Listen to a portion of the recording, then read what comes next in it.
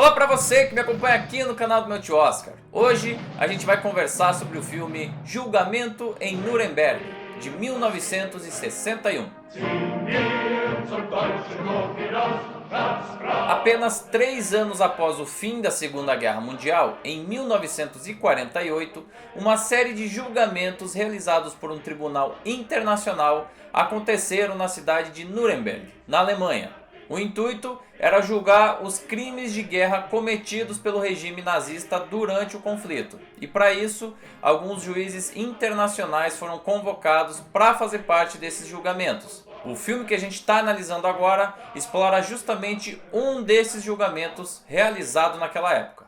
This is where the Nazi Party held their rallies, isn't it? They all came here. Hitler, Goebbels, the whole crew. Thousands of them from all over Germany. Logo no início do filme, a gente já é apresentado ao juiz que será o responsável pelo seguimento dos trabalhos relativos a esse julgamento específico, Dan Haywood, que foi interpretado pelo já veterano ator Spencer Tracy. Ele é norte-americano de nascimento e desde que ele chega se encarrega de observar muito bem o estado das coisas, de como a situação social se encontrava recém-saído de um conflito tão grave.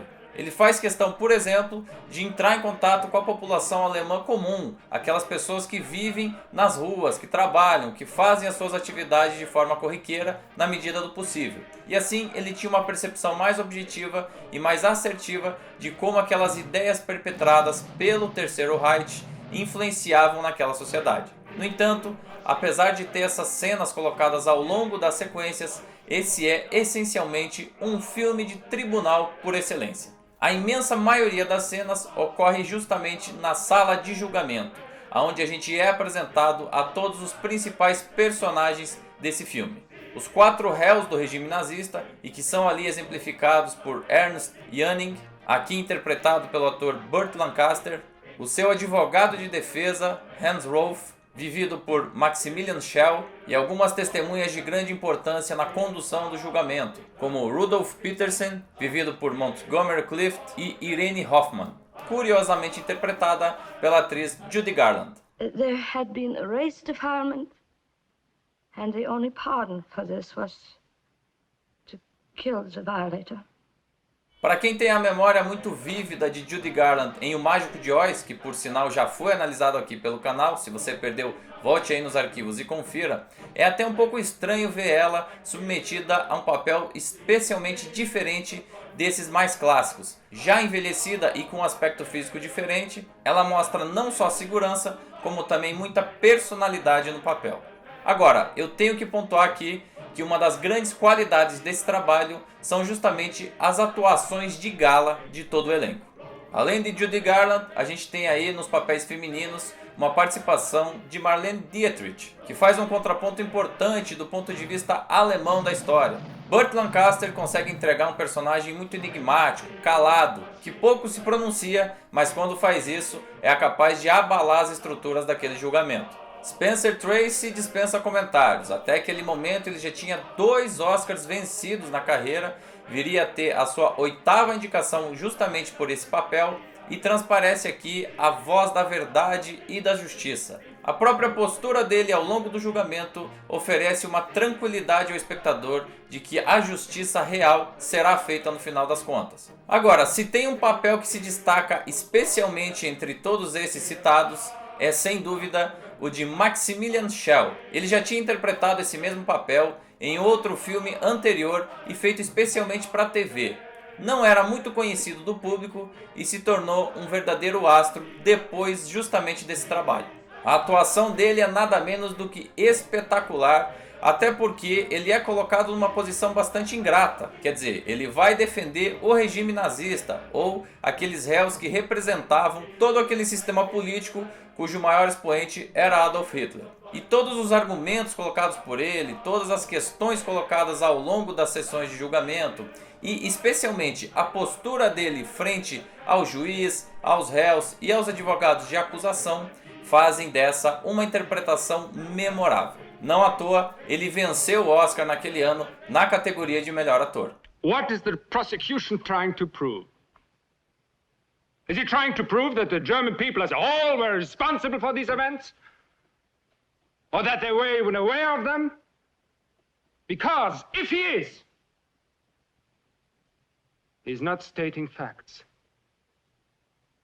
that he knows he's not. The truth is that these brutalities were brought about by the few extremists, the criminals. Very few Germans knew what was going on. Very few. E se Maximilian Schell venceu um dos Oscars desse filme, o outro foi pro roteirista A.B. Mann, no que eu considero um dos textos mais espetaculares já escritos para um filme de tribunal em toda a história do cinema.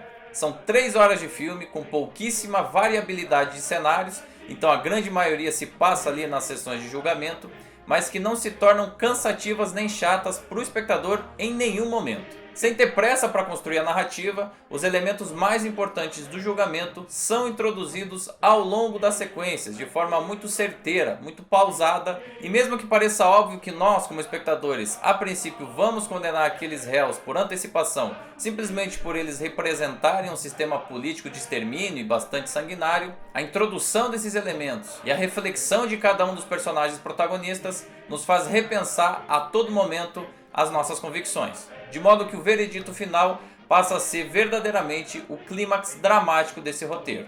Mais do que isso, eu diria que os questionamentos colocados pelos personagens através desse roteiro são assustadoramente atuais. É muito pertinente que nós, mesmo em 2019, ainda possamos aplicar vários dos conceitos ali apresentados à nossa própria esfera política, aos nossos representantes do Estado, às organizações sociais e aos níveis de governo.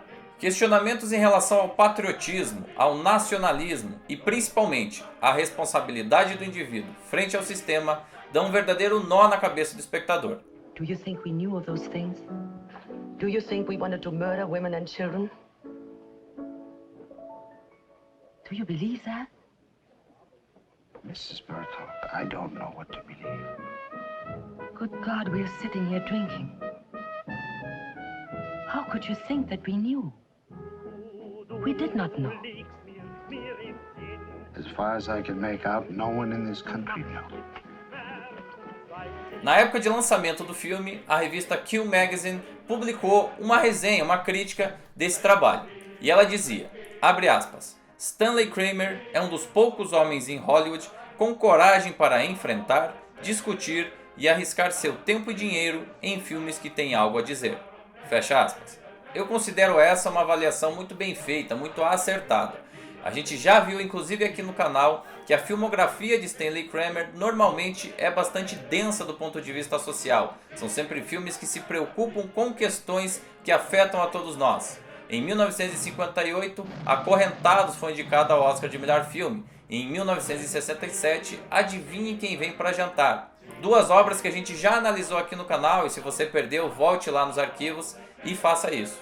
Mas a questão é que todos esses trabalhos têm um engajamento social muito bem definido e fazem o espectador pensar a sua realidade, a realidade que está à sua volta. Não é um simples entretenimento. Nesse caso não foi nem um pouco diferente, então você vai ter todos esses elementos colocados e por isso o filme continua muito atual, mesmo depois de várias décadas do lançamento. Would you say there was widespread hunger? Yes. Would you say there was internal disunity? Yes. Was there a communist party? Yes. Was it the 3rd largest party in Germany? Yes. Would you say that National Socialism helped to cure some of these conditions? Yes, but at a terrible price, and I... Please confine yourself to answering the questions only. Agora, não era só isso, né? Além desse engajamento social e dessa preocupação com questões que permeiam toda a convivência humana, o diretor também era extremamente habilidoso com todas as ferramentas que ele tinha à disposição do ponto de vista da linguagem cinematográfica. É impressionante ver, por exemplo, como ele conseguiu driblar o enclausuramento daquele espaço do tribunal de uma forma a tornar todas essas sequências ágeis e dinâmicas. Muitas vezes os personagens são submetidos a longos monólogos de minutos de duração, mas ele consegue driblar isso com uma decupagem inventiva, que usa de muitos enquadramentos menos convencionais, movimentos de câmera, travelings e zooms. e tudo isso com uma preocupação estética bastante apurada. Então é claro que quando alguma afirmação mais contundente vai ser feita, normalmente a câmera termina o seu movimento na face desse personagem. Quando há uma confrontação, por outro lado, existe aí uma maneira de mostrar a reação da outra parte. E no final das contas o espectador fica com essa sensação de que ele não viu duas vezes o mesmo enquadramento. O filme não é cansativo do ponto de vista da linguagem. Isso é um ponto extremamente positivo justamente por ser um filme de tribunal. Where's the responsibility of those American industrialists who helped Hitler to rebuild his armaments and profited by that rebuilding? Are we now to find the American industrialists guilty? No, Your Honor, no. Germany alone is not guilty. The whole world is as responsible for Hitler's Germany. It is an easy thing to condemn one man in the dark. It is easy to condemn the German people, to speak of the basic flaw in the German character that allowed Hitler to rise to power. But at the same time, comfortably, ignore the basic flaw of character that made the Russians sign pacts with him, Winston Churchill praise him, American industrialists profit by him. Agora, se tudo isso é impressionante visto nos dias de hoje, vocês imaginem o que não foi esse filme, lançado apenas 16 anos após o final da Segunda Guerra Mundial e em plena Guerra Fria, onde duas narrativas opostas de sociedade estavam se opondo exatamente naquele momento. A gente vivia o ápice desse conflito, as tensões eram muito altas e as feridas da Segunda Guerra Mundial ainda não tinham cicatrizado. Inclusive, 1961 foi o ano onde o Muro de Berlim começou a ser construído na própria Alemanha. E o filme explora algumas imagens reais de arquivo do genocídio cometido pela administração nazista durante os anos da Segunda Guerra. São imagens totalmente chocantes e que, naquele contexto histórico, certamente causaram um impacto muito maior e que talvez a gente não consiga mensurar com exatidão. Quer dizer, além de uma escalação de elenco perfeita, de uma construção de decupagem audiovisual bastante apurada e de um texto de altíssima qualidade, a gente tem com o Julgamento em Nuremberg um filme de uma importância histórica como poucas vezes a gente viu aqui no canal. Não foi à toa, portanto, que a crítica teceu elogios rasgados à obra na época do lançamento. They say we killed millions of people. Millions of people. How could it be possible? Tell them. How could it be possible? It's possible.